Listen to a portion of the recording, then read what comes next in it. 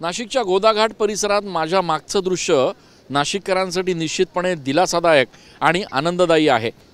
गोदावरी, जिला नाशिककर आपली आई समजतात, त्या गोदामाईचं मूळ स्वरूप अनेक महिन्यांनंतर नाशिककरांच्या दृष्टीस पडतंय।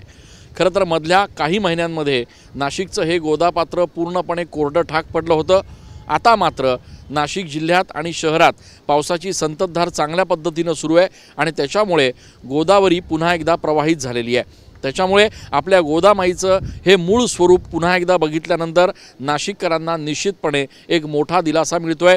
कॅचमेंट एरियामध्ये, धरण क्षेत्रामध्ये चांगला पाऊस होत असल्यानं एकीकडे धरणांच्या पाणी पातळीत वाढ होतीये, तर दुसरीकडे आता गोदाघाट परिसरात गोदावरी देखील पुन्हा एकदा प्रवाहित झाली आहे। अर्थात असं जरी असलं तरी मुंबई आणि पुण्यासारखी परिस्थिती टाळण्यासाठी पालिका प्रशासनानं तात्काळ शहरातले जे नैसर्गिक नाले आहेत ते प्रवाहित करावेत।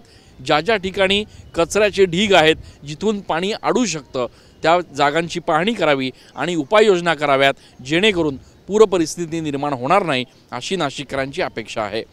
कॅमेरा पर्सन आकाश शेवलेसह मी चंदन पूजा अधिकारी, TV9 मराठी।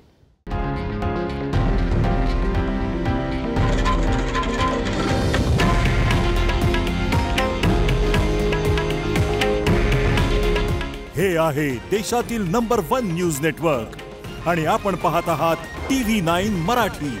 काळजी तुमची, हित महाराष्ट्राचं।